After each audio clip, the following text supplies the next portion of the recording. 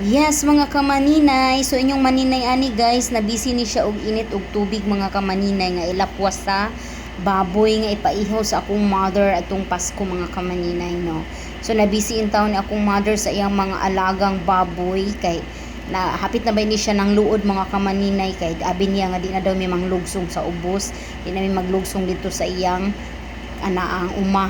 So mo ni mga kamaninay lipay kina akong mother niingon din siya nga maglitson ta.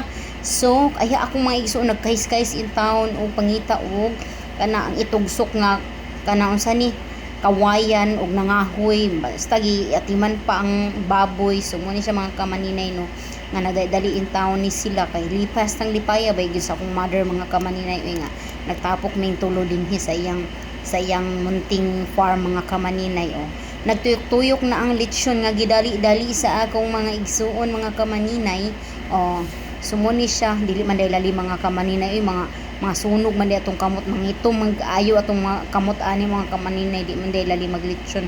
So nakalechon lang ni mga kamaninay kay akong mother makugi man gid ni siya mamuhi og mga mananap labi ng baboy manok mga anak mga kamaninay baso basta gyud nang lipaya mga kamaninay nga nakalechon siya.